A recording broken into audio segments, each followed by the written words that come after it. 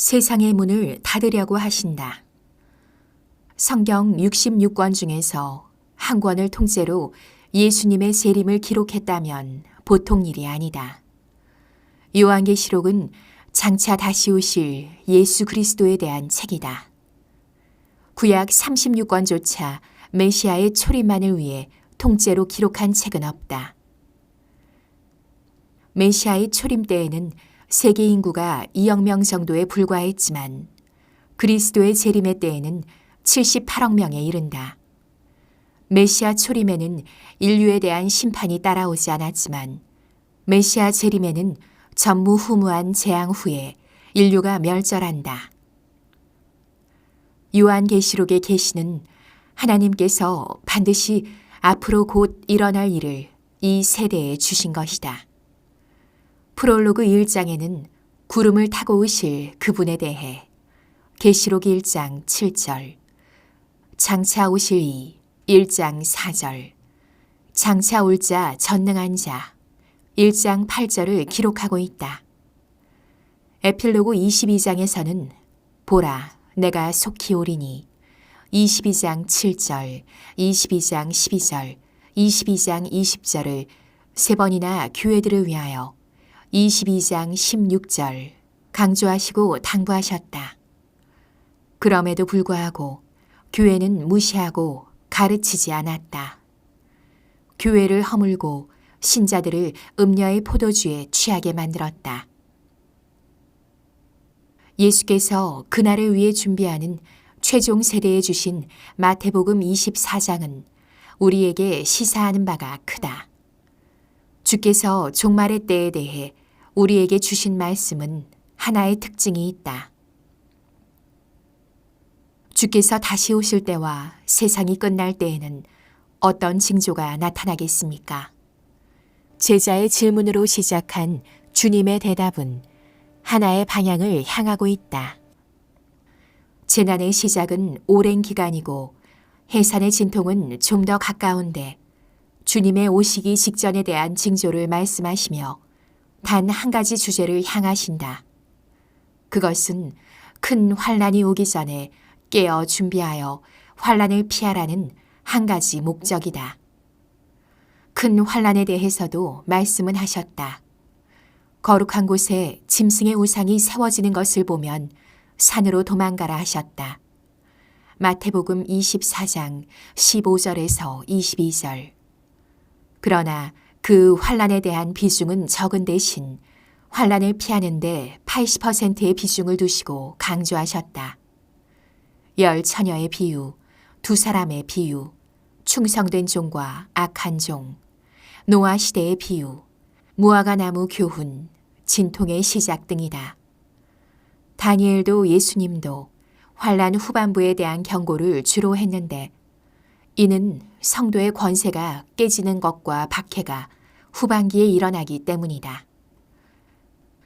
주님께서 오실 때에 어떤 징조가 있겠습니까? 이 질문에 대한 예수님의 답변은 어디에 있을까? 29절부터 답변이 시작되는데 주님이 오시는 상황이다.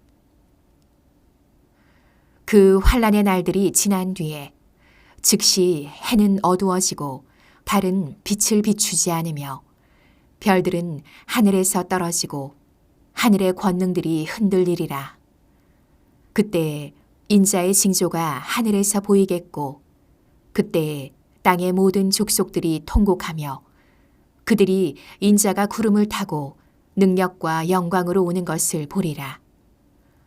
그가 큰 나팔 소리와 함께 천사들을 보내리니 그들이 그의 택하신 자들을 하늘 이 끝에서 저 끝까지 사방에서 모으리라. 마태복음 24장 29절에서 31절. 이 환난은 대환난을 의미하지 않는데 이는 여섯째 인의 징조와 같기 때문이다. 교회 시대에도 환난이 있고 박해가 있고 순교가 있고 거짓 선지자가 있으며 불법과 미혹이 있다. 마태복음 24장 4절에서 14절. 예수께서 처음 베들레헴에 오셨을 때와는 정반대의 상황이 일어난다. 베들레헴의 목자들은 천군 천사들의 찬양을 들었다. 가장 높은 곳에서는 하나님께 영광, 땅에서는 기뻐하시는 사람들에게 평화. 그러나 주님이 다시 오실 때에는 하늘과 땅의 상황이 반대가 된다. 하늘에서는 영광과 평화와 기쁨, 땅에서는 두려움과 절망과 통곡. 악한 종들은 주께서 늦게 오리라 생각했다. 그들은 주님을 기다리지 않았고 원하지도 않았다. 많은 신자들이 가는 길이 실상은 넓은 길이며 지혜로운 신부는 그 길을 피해가야 한다. 음녀가 주는 탐욕과 사치의 포도주에 취했고 거짓 교사들의 누룩에 빠졌다. 각종 가증한 콘텐츠를 사랑하느라 분주하여 주님에 대한 사랑은 식었고 영적으로 깊은 잠에 빠졌다. 이사야는 이스라엘 백성의 타락과 무관심에 한탄했다. 역사는 반복되는데 현대교회도 비슷한 현상을 보인다. 삼무신앙이란 세 가지를 찾아볼 수 있다. 1. 하나님의 행하시는 일에 관심이 없다. 2. 하나님의 말씀대로 사는 일에 관심이 없다. 3. 하나님이 다시 오시는 일에 관심이 없다. 다들 더 가지고 더 즐기려고 더 이득을 취하려는데 혈안이다. 낮은 자나 높은 자나 제사장이나 신자들이나 마찬가지다. 신자들이 망가지고 포도원은 결단나 버렸는데 반창고나 붙여주며 별일 아니다. 괜찮다. 이 또한 지나갈 것이다. 말한다. 그러나 절대 괜찮지 않을 것이다. 그들은 하나님께 나가서 묻지 않는다. 지금 무슨 일에 관심이 있습니까? 지금 어떤 일을 하고 계십니까? 우리가 어떻게 해야 하나님께 돌아갈 수 있습니까?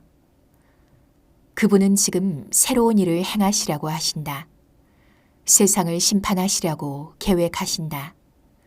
세상 종말, 세상의 문을 닫으려고 하신다. 방주의 문을 닫으시고 지구의 모든 것을 쓸어버리시려고 하신다. 교만한 인류, 땅에서 종적을 감출 것이다. 하나님이 그들을 멸절시키실 것이다. 그들은 구원의 하나님을 잊었고 그분의 말씀을 멸시했으며 반석이시고 피난처이신 분을 기억하지 않았기 때문이다.